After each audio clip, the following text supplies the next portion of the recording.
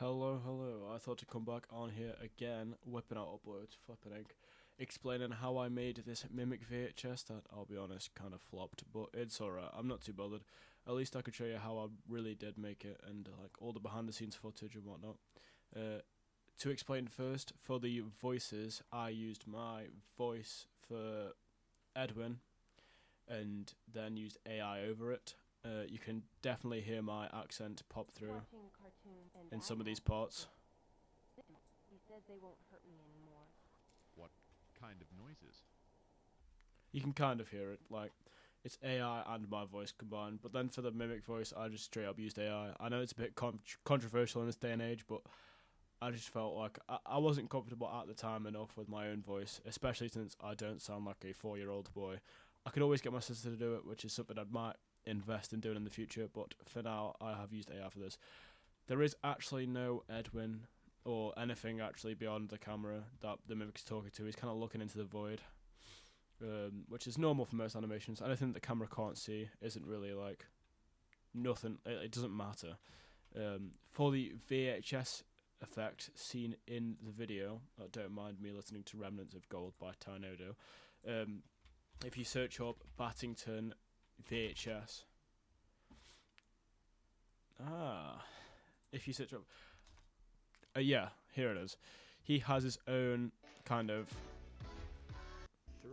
he has his own kind of tutorial on how he makes his VHS filters, which is a lot of Premiere Pro, well, DaVinci Resolve in his case, VHS, FX, and mainly what I use is his Blender VHS composition kind of template, which you can find in his description. I'll link his tutorial in the description of this video as well.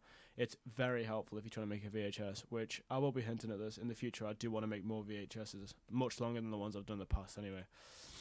If we go back here, I have just released a video on the new Mimic release of the smaller version, but for this version actually, I didn't use that. I've only just made those. I used my own version, which was really bad.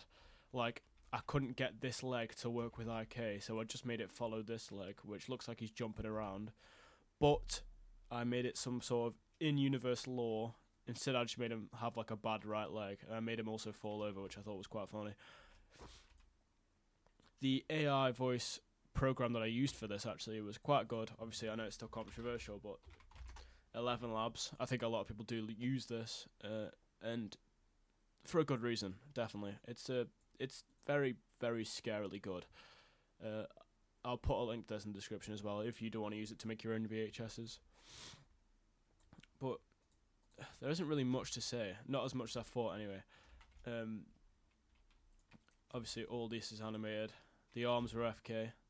I did kind of get quite lazy at the end. You can kind of tell. Uh, in the AI voice that I did use knew to whisper. Like I didn't tell it to whisper. It was really weird. Move your right leg. Like Remember, if you listen still here, broken. wait, Oh, right. But wait, like this. they whisper like this. That was really creepy. It's like it knew the context of the video, which it didn't, but AI knew to do this. This room I'm using here is the FNAF 4 bedroom model, and I just kind of moved around. I deleted one pillow from the bed. I moved the bed and everything like that. Originally it was here, which is why there's just an empty massive space here.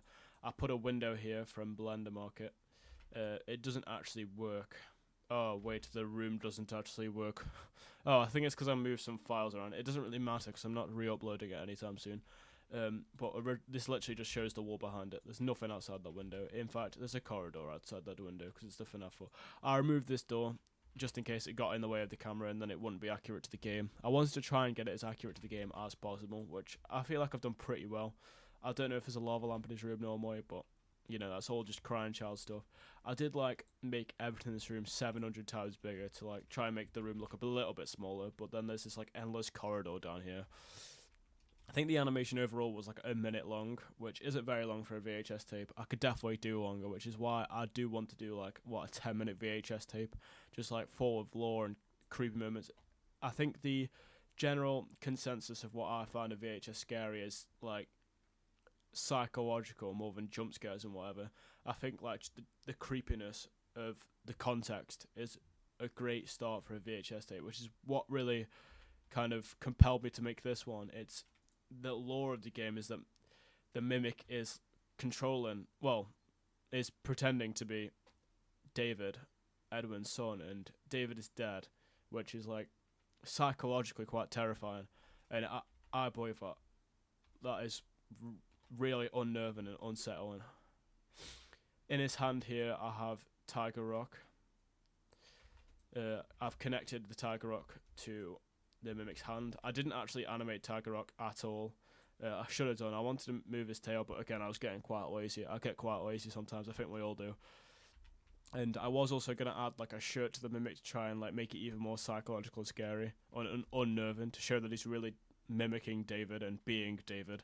But I didn't actually get that to work. It just wasn't working. Something that I haven't actually included on the release of these models is this door, because it was really weird and it wasn't working, and the weight paint was weird. I'm not expecting any of you to know what a weight paint is. You're just kind of here to hear the behind the scenes of how I made this Mimic thing. I would show you the textures, but they don't work. You can see the lighting. It still works, but it's like we're in a pink room. What's it gonna do? And now we can have a look at the Premiere Pro project. This is a video I've just done. Where could it be? Okay, so this is it really. I added this at the end to like kind of improve time, because it was like a minute long and I wasn't really proud of it. And then I just wanted to put I am David, because that's just typical VHS stuff. I made this cut out here because if you look in the original animation, let me turn off pink room mode, he kind of just glides to where he was before. Sorry, Edwin. He's there. I don't know why he does that, but that was obviously a fault of my own. But I thought it was quite weird, so I made the camera glitch out a little bit. Again, typical VHS stuff. All this is VCR mono font. I edited it in Photo P because I don't have Photoshop. And again, it's just Batterton's VHS, template. Just kind of put it in Premiere Pro. I didn't do any more editing beyond Premiere Pro.